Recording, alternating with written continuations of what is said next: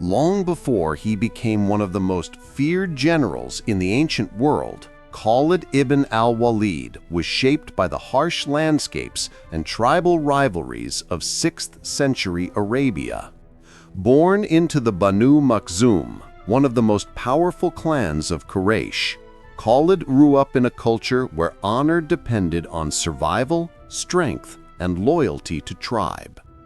The desert was unforgiving, and every man was expected to master horseback riding, archery, and close combat from childhood. Khalid excelled at all of them. What set Khalid apart, even as a youth, was his fierce competitive spirit. He trained relentlessly, breaking wild horses, practicing spear thrusts until his arms shook, and racing through the sands with other young warriors.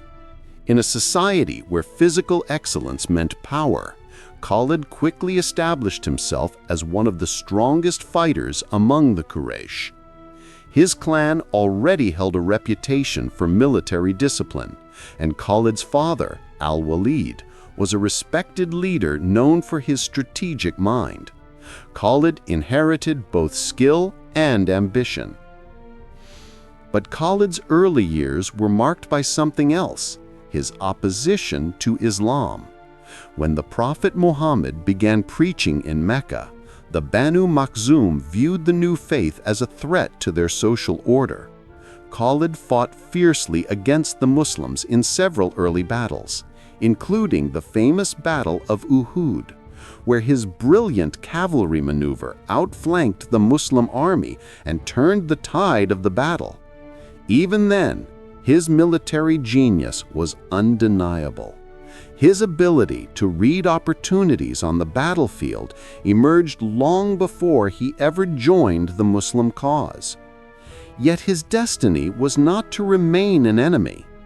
Over time, Khalid observed the Muslims' resilience, unity, and moral conviction. His respect for their strength grew. The turning point came after the Treaty of Hudaybiyah, when political stability allowed tribal leaders to reconsider their alliances. Khalid, a man who valued order and purpose, began to see Islam not as a threat, but as a rising force that would reshape Arabia. In 629 CE, Khalid made a decision that would alter the course of history. Along with his brother and several prominent Meccans, he traveled to Medina to embrace Islam. The Muslim community was stunned. The Prophet Muhammad welcomed him warmly and famously said, "Khalid is a sword among the swords of Allah, unleashed upon the disbelievers."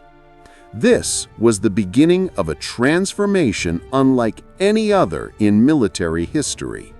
A man who once fought against Islam would become its greatest defender, and soon the mightiest tactician of the early Islamic Empire. Battalions would follow him without hesitation. Enemies would flee at the sound of his name, and the world would remember him as the Sword of Allah. Khalid ibn al-Walid's entry into Islam transformed the balance of military power in Arabia. The Muslims gained not just a seasoned fighter, but a battlefield mind unlike any other. Within months of converting, Khalid began demonstrating the tactical brilliance that would make him legendary. His first major campaign for Islam came at the Battle of Mu'tah in 629 CE, a confrontation against the Byzantine Empire and its powerful Arab allies. The Muslim force, numbering only around 3,000, was vastly outmatched by a Byzantine-led army estimated at over 100,000. After the fall of several commanders, the Muslim ranks wavered. In that desperate moment, Khalid stepped forward to take command. Despite being new to the Muslim army, he rallied the troops, reorganizing them into flexible formations and repeatedly shifting positions to create the illusion of reinforcements. He launched precise counterattacks that confused the Byzantines and prevented encirclement. After a day of relentless combat, Khalid executed a textbook fighting withdrawal, saving the army from total destruction. When he returned to Medina, the Prophet honored him, and his new title spread, Saifullah, the Sword of Allah. From that moment, Khalid's influence grew rapidly. In 630 CE, during the conquest of Mecca, he led one of the 4 main Muslim divisions entering the city. His unit swiftly neutralized resistance and secured the strategic Western approach. His discipline was unmatched. Unlike many conquering commanders in history, Khalid enforced restraint among his troops as Mecca fell with minimal bloodshed. It was a turning point in Arabian history, and Khalid stood at the forefront. Shortly after, he faced one of the largest Arabian coalitions in the Battle of Hunayn, where the Muslim army fell into a surprise ambush. Many soldiers panicked and fled, but Khalid fought with ferocity, holding the line while defending the Prophet himself. His horse was killed under him, and he suffered several wounds, but his unwavering resolve helped stabilize the battlefield until reinforcements arrived. Hunayn became another victory etched into his growing legend.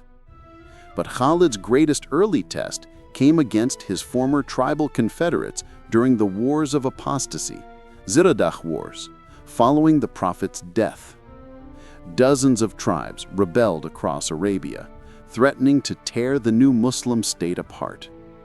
Caliph Abu Bakr knew only one man possessed the decisiveness, speed, and tactical creativity needed to put down a continent-wide revolt: Khalid ibn al-Walid.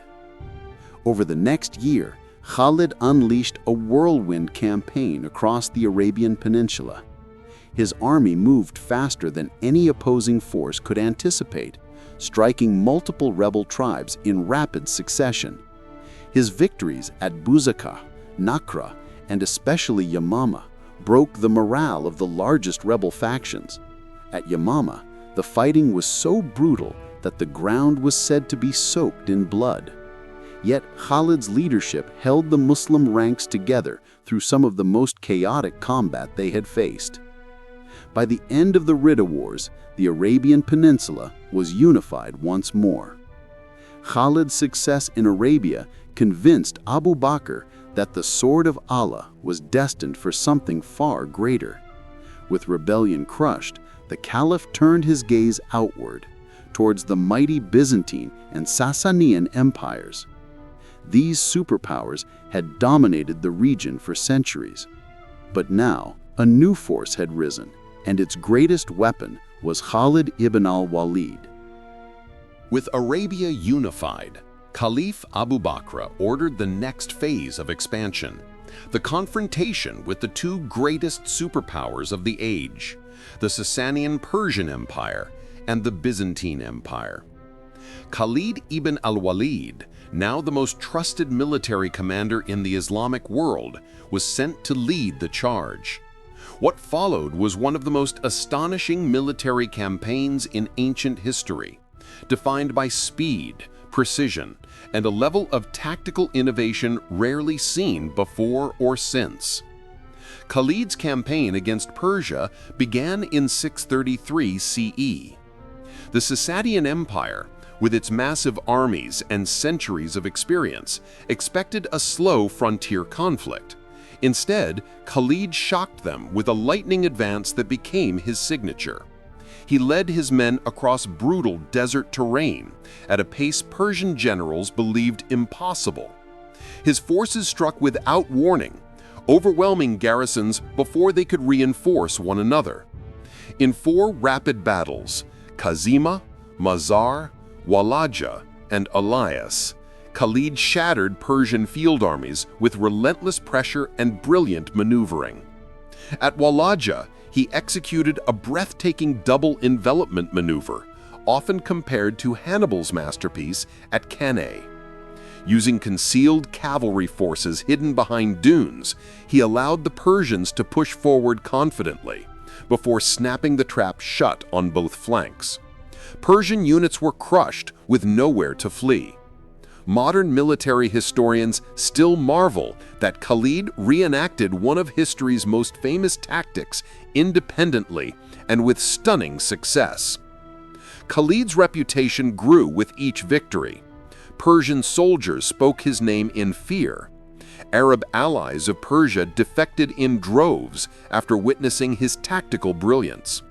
After a brutal confrontation on the Euphrates at Elias, where the river reportedly ran red with blood, Khalid earned the grim nickname, the Destroyer of Apostles. But Khalid was not merely a destroyer. He was a master strategist. His conquest of Hira, the Persian border capital, showcased negotiation skills equal to his battlefield talents.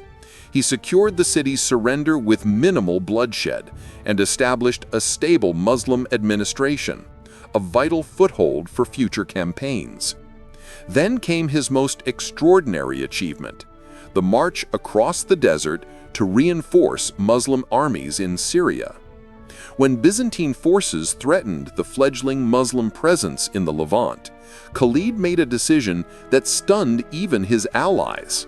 Instead of taking conventional caravan routes, he led thousands of men and horses across one of the harshest stretches of desert in Arabia, a route others considered suicidal. He prepared meticulously, organizing water-carrying camels and timing marches to avoid heat. The Byzantines never saw him coming. By arriving where no army should have been able to arrive, Khalid changed the course of the Syrian campaign. One by one, he dismantled Byzantine defenses. At Ajnadain, he delivered a crushing defeat that opened the path to greater victories. At Marj al-Safar and Fall, he punished Byzantine attempts to regroup. His maneuver at Damascus, cutting off Roman reinforcements and compelling the city to surrender with honor, demonstrated his rare combination of ferocity and statesmanship. But the culmination of Khalid's brilliance came at the Battle of Yarmouk in 636 CE, a battle that changed world history.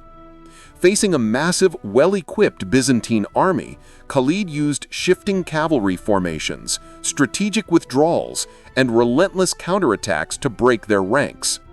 Over 6 days of brutal fighting, he outmaneuvered some of the finest generals of the Eastern Roman Empire. Yarmouk was a turning point. It ended Byzantine control of Syria and opened the gates to the Muslim expansion into the Levant and beyond. It was a battle so decisive that historians compare it to Gaugamela, Cannae, and Zama in its impact. By the end of the campaign, Khalid ibn al-Walid had defeated 2 empires in rapid succession. He had done it with unmatched speed, flawless coordination, and tactical creativity that stunned contemporary chroniclers. The Muslims gained vast territory, enormous wealth, and undeniable confidence. The sword of Allah had carved a new world into existence. Despite being the most successful general of his era, undefeated in over 100 battles, Khalid ibn al-Walid's career was deeply affected by the shifting political landscape of the early Islamic State. His unmatched fame, battlefield dominance, and the fierce loyalty of his soldiers made him a towering figure. But in the eyes of some, these very strengths also made him a political risk. After the death of Caliph Abu Bakr, leadership passed to Caliph Umar ibn al-Khattab, a man known for his strict discipline and cautious governance. Umar respected Khalid's skill, but feared that the Muslim community might begin attributing victories to Khalid rather than to God. He worried that people might glorify the general above the message he fought for. There were also lingering concerns about the harshness of some of Khalid's decisions, especially during the Ridda Wars. The new caliph believed the Muslim state needed stability more than it needed an unstoppable sword. Thus, in one of the most shocking decisions in military history, Umar ordered Khalid to be removed from command in the middle of an active campaign. The message reached Khalid shortly after the decisive Battle of Yarmouk. His reaction became legend. Without hesitation, without complaint, he stepped down and handed over command to Abu Ubaidah ibn al-Jarrah, a gentle, deeply respected companion of the Prophet. Abu Ubaidah was so moved by Khalid's humility that he insisted the great general remain at his side as an advisor. This moment demonstrated something remarkable. Khalid's loyalty surpassed his pride. He was not driven by ego, political ambition, or desire for glory. He had always fought for the cause he believed in and for the unity of the Muslim community. His obedience to the Caliph, even in disappointment, cemented his legacy as not only a brilliant commander, but a disciplined servant of faith. Though stripped of supreme command, Khalid continued to play crucial roles in the remaining campaigns in Syria. He defended Emesa, crushed Roman attempts to retake lost territory, and secured the region's stability. His presence alone boosted morale. His tactical advice remained invaluable. But the era of Khalid's great conquests had come to an end. After years of continuous warfare, he retired from the battlefield, living a quiet life in homes. Despite his legendary victories, Khalid died with almost no wealth. When his belongings were examined, they found little more than his armor and weapons. His poverty shocked some, but it reflected who Khalid truly was, a warrior who fought not for treasure, territory, or power, but for conviction. Before his death in 642 CE, Khalid expressed one final, heartbreaking statement. "I have fought in so many battles, seeking martyrdom, but here I die on my bed like a camel. May the eyes of cowards never find rest." It was the lament of a man who had given everything to the battlefield, yet never received the ending he believed he deserved. But his words carried no bitterness, only the sorrow of a warrior whose purpose was bound to the sword. Khalid ibn al-Walid's death marked the end of an age of rapid expansion and bold military daring, but his influence did not fade. Generations of commanders would study his maneuvers, his psychological warfare, his unmatched mobility, and his masterful use of cavalry.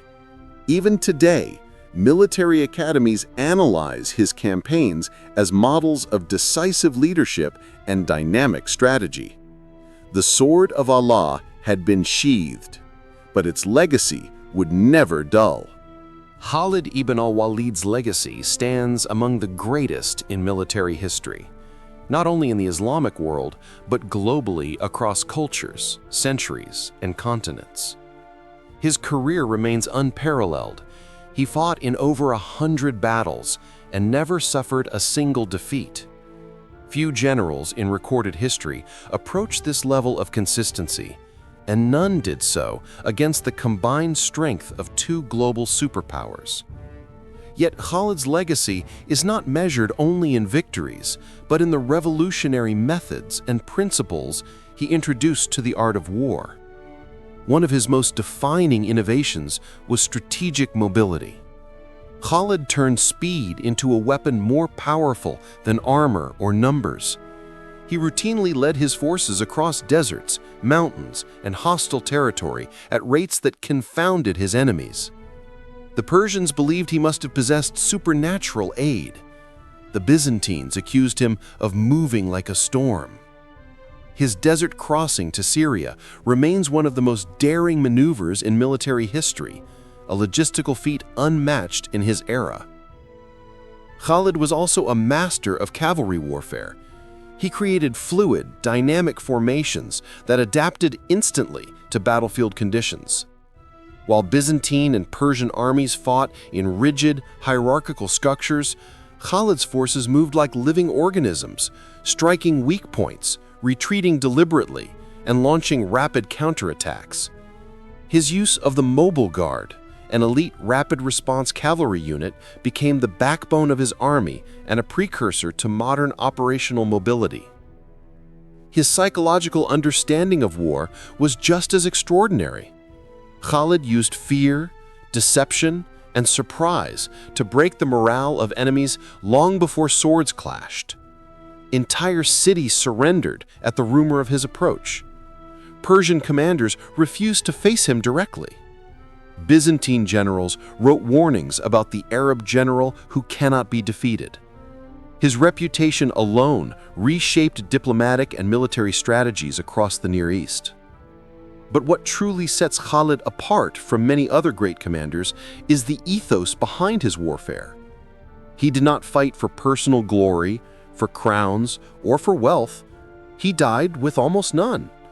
He fought with conviction and discipline, and even when he disagreed with political decisions, he obeyed them without rebellion. His removal by Caliph Umar, a moment that would have ignited mutiny under most generals, revealed Khalid's unwavering loyalty to unity over ego.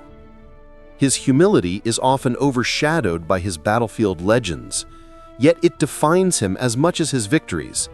Khalid said, "We defeated our enemies through prayer and patience, not by numbers." This statement reflects a worldview grounded not in personal triumph, but in divine purpose, a belief that shaped his resolve and sharpened his will. Today, Khalid ibn al-Walid is studied in military academies around the world. Western historians compare him to Julius Caesar, Hannibal, and Alexander the Great, but note that unlike them, Khalid never lost a single engagement. His strategies at Yarmouk, Walaja, and Mu'tah are dissected as examples of perfect maneuver warfare. His name appears in treatises on cavalry tactics, asymmetric warfare, and high-speed operations. Across the Islamic world, he remains a symbol of courage, sacrifice, and unbreakable faith. His tomb in Homs became a site of reverence for centuries. His story is retold in classrooms, mosques, documentaries, and military circles alike. Khalid ibn al-Walid's legacy is not confined to the battles he fought. It lives in the idea that discipline, intelligence, and conviction can reshape the fate of nations. He was a man forged by war, sharpened by purpose, and defined by an unyielding will. In history's long list of warriors, few stand as tall as Khalid. The sword of Allah remained undefeated in life, in legend, and in the memory of civilizations.